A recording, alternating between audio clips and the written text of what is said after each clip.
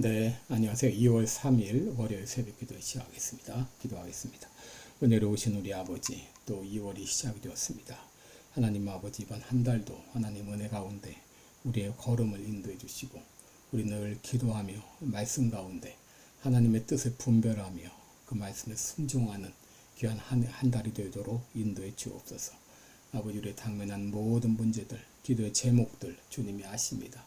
연약한 성도들을 강건케 하시고, 문제로 인하여서 어려움 당한 성도들 문제를 해결하여 주옵시고, 이 고통을 통하여 또 하나님께 가까이 나아가는 귀한 역사가 있게 하시고, 참으로 2월은 도약의 한 달이 되기를 원합니다. 하나님께서 긍휼을 베풀어 주시고 우리 교회에 놀라운 변화를 일으켜 주시기를 원합니다. 아버지, 세계 만방에서 복음을 전하는 모든 선교사님들 은혜 장중에 붙들어 주시기를 원합니다. 아버지, 오늘도 주님 앞에 의탁합니다. 인도해 주시고, 특별히 연약한 성도들 긍휼을 베풀어 주옵소서. 주의 능력의 손으로 친히 안찰해 주시사 깨끗이 나음을 얻게 하여 주시옵소서. 사경을 헤매는 모든 성도들 긍휼을 베풀어 주시고, 주의 능력의 손으로 어루만져 주시사 깨끗이 나음을 얻게 하여 주옵소서. 오늘도 하루를 주님 앞에 의탁하오며 예수님의 이름으로 기도드리옵나이다. 아멘. 네, 찬송가 245장입니다. 저 좋은 낙원이더니 245장, 예전 찬송가는 228장입니다. 245장 부르겠습니다.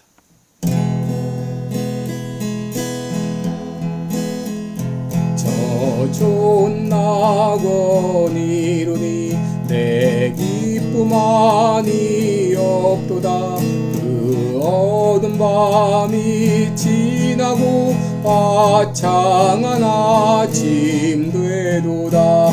영화롭다 낙원이요, 이 산 위에서 보니 먼 바다 건너 있는지 주 예비하신 곳일세. 그 화려하게 지은 것 영원한 내 집이로다. 이복과 저건 멀잖다. 주 예수 건너오셔서 내 손을 잡고 간 거 내 평생 소원이로다. 영화롭다 낙원이요, 이 산 위에서 보니 먼 바다 건너 있는지 주 예비하신 곳일세. 그 화려하게 지은 것 영원한 내 집이로다. 저 묘한 화초 향기는 바람에 불려온대. 생명수 강가 초목은 언제나 청청하도다. 영화롭다 낙원이요, 이 산 위에서 보니 먼 바다 건너 있는지 주 예비하신 곳일세. 그 화려하게 지은 것 영원한 내 집이로다. 정한 음악 소리는 내 귀에 들려오는데, 빈 옷을 입은 무리들 천사와 노래하도다. 영화롭다 낙원이요, 이 산 위에서 보니 먼 바다 건너 있는지 주 예비하신 곳일세. 그 화려하게 지은 것 영원한 내 집이로다.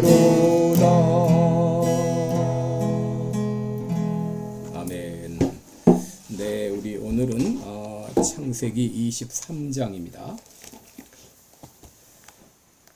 창세기 23장 1절부터 보겠습니다.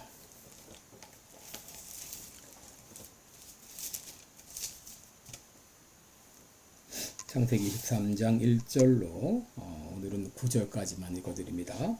사라가 127세를 살았으니 이것이 곧 사라의 향년이라. 사라가 가나안 땅 헤브론 곧 기럇 아르바에서 죽음에 아브라함이 들어가서 사라를 위하여 슬퍼하며 애통하다가 그 시체 앞에서 일어나 나가서 헷 족속에게 말하여 가로되 나는 당신들 중에 나그네요 우고한 자니 청컨대 당신들 중에서 내게 매장지를 주어 소유로 삼아 나로 내 죽은 자를 내어 장사하게 하시오. 헷 족속이 아브라함에게 대답하여 가로되 내 주여 들으소서. 당신은 우리 중 하나님의 방백이시니 우리 묘실 중에서 좋은 것을 택하여 당신의 죽은 자를 장사소서. 우리 중에서 자기 묘실에 당신의 죽은 자 장사함을 금할 자가 없으리이다. 아브라함이 일어나 그 땅 거민 헷 족속을 향하여 몸을 굽히고 그들에게 말하여 가로되 나로 나의 죽은 자를 내어 장사하게 하는 일이 당신들의 뜻일진데 내 말을 듣고 나를 위하여 소알의 아들 에브론에게 구하여 그로 그 반머리에 있는 막벨라 굴을 내게 주게 하되 중가를 받고 그 굴을 내게 주어서 당신들 중에 내 소유 매장지가 되게 하기를 원하노라. 아멘. 9절까지 봉독했습니다. 오늘은 죽음은 현실이다 이런 제목으로 함께 말씀을 나누겠습니다. 불교의 창시자 석가는 인생에 4가지 고통이 있다. 첫째는 사랑하는 이를 먼저 떠나보내는 것, 둘째는 미운 사람 만나는 것, 셋째는 원하는 것이 이루어지지 않는 것, 넷째는 원치 않는 일이 이루어지는 것. 이것이 고통이라고 했습니다. 여러분, 이 고통 중에서도 가장 큰 고통은 아마도 사랑하는 이를 먼저 떠나보내는 고통일 것입니다. 오늘 본문은 바로 아브라함이 아내 사라를 먼저 떠나보내는 내용입니다. 본문 1절에 보면 사라가 127세를 살았으니 이것이 곧 사라의 향년이라고 했습니다. 이때 아브라함의 나이가 137세였고 그가 175세까지 살았으니 이 사라가 죽은 후에도 38년을 더 산 것이죠. 간혹 부부 중에 이런 기도를 하는 사람들이 있죠. 우리 부부는 한 날 같이 죽게 하소서. 여러분, 이렇게 되었으면 얼마나 좋겠습니까마는 현실은 그렇지 않죠. 어떤 사람은 아내를 먼저 보내는 사람이 있는가 하게 되면 어떤 사람은 남편을 먼저 보내는 사람도 있습니다. 2절에 보면 사라가 가나안 땅 헤브론 곧 기럇 아르바에서 죽음에 아브라함이 들어가 사라를 위하여 슬퍼하고 애통하다가 라고 했습니다. 여러분, 이 이별은 슬픈 것입니다. 특별히 사별은 더 고통스러운 것이죠. 그래서 아브라함은 사라의 죽음을 인해서 슬퍼하고 애통했습니다.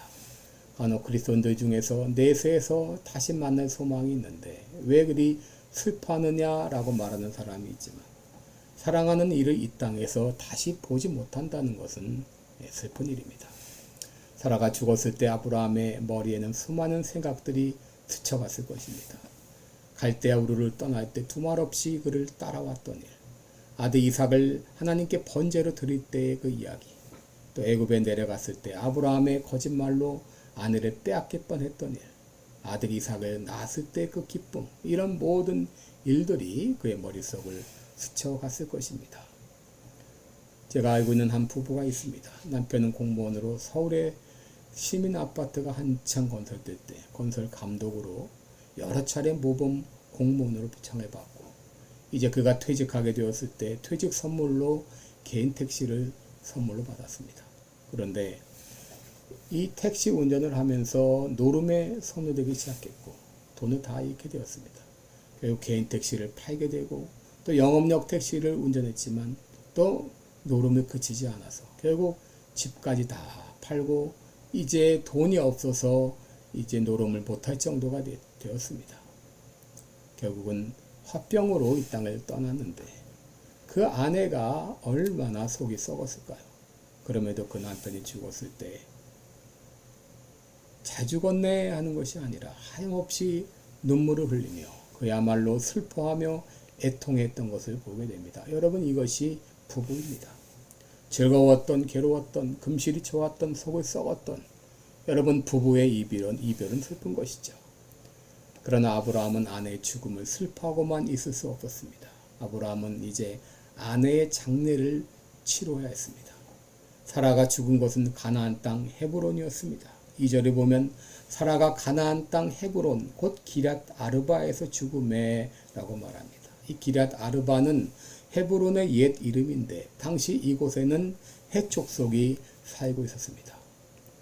우리는 창세기 22장에서 아브라함이 살았던 곳은 브엘세바인 것을 기억하고 있는데, 그런데 사라가 죽은 것은 브엘세바에서 약 북쪽으로 40마일 떨어진 헤브론입니다. 어떻게 해서 그들은 헤브론에서 살게 되었는가?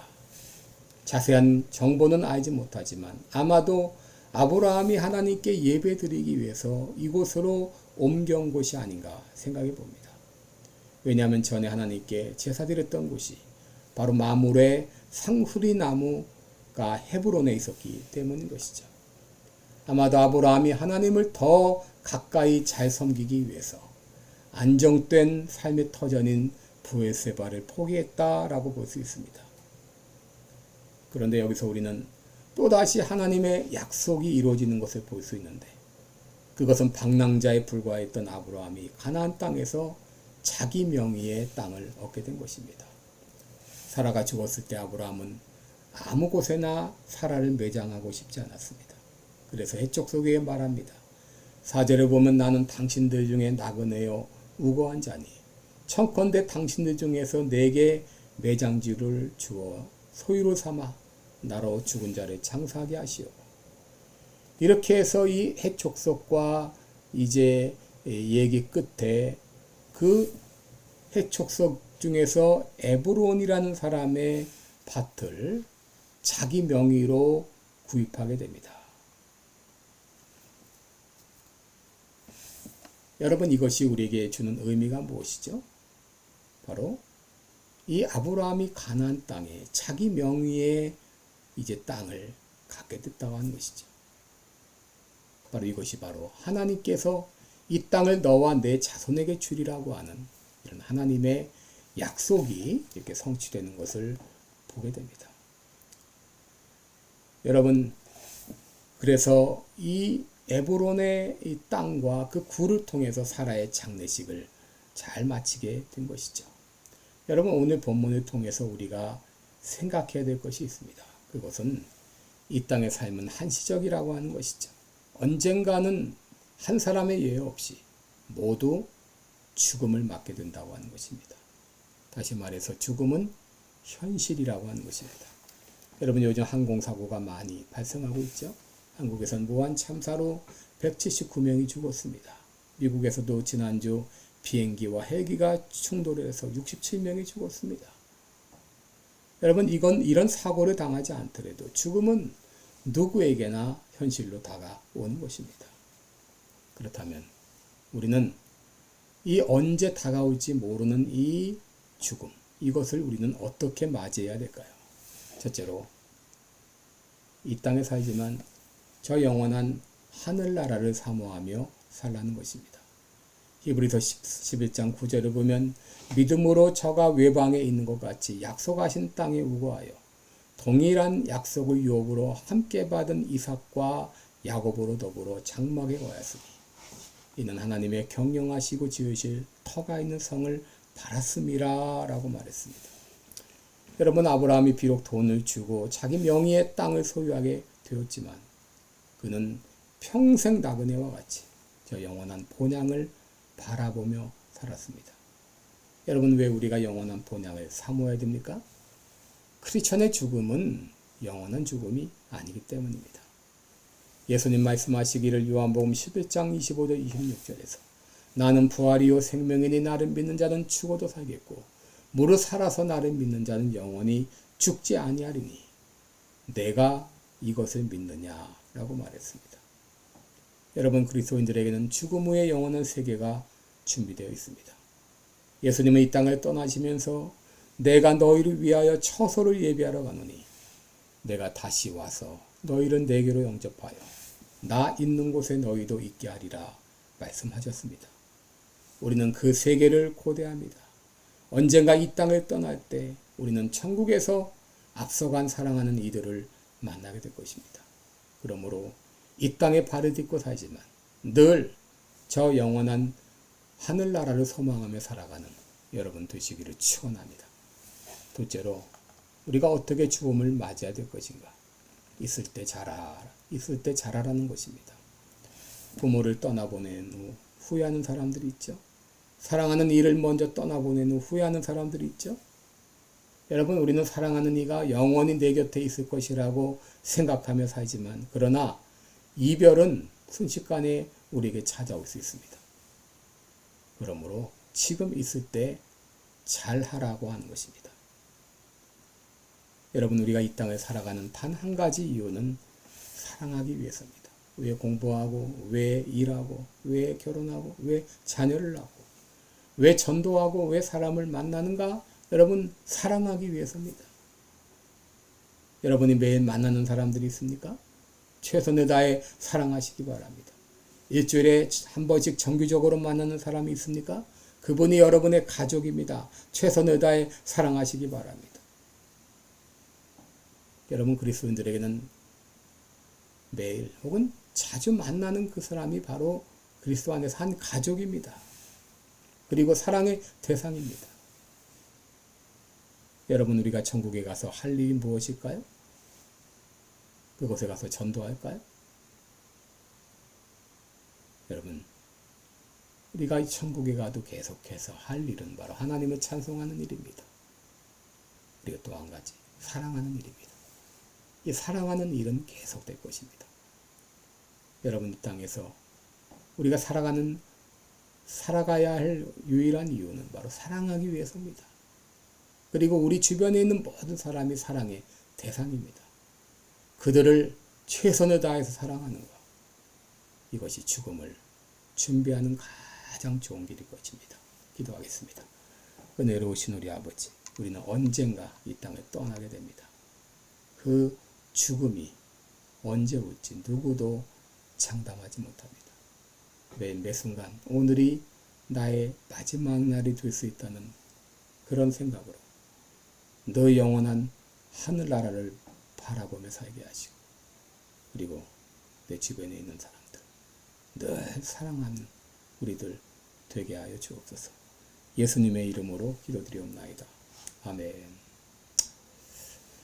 네, 2월이 시작되었습니다. 2월 한 달 동안도 하나님께서 함께 하시고 또 매 순간마다 하나님의 역사가 일어나기를 기도합니다.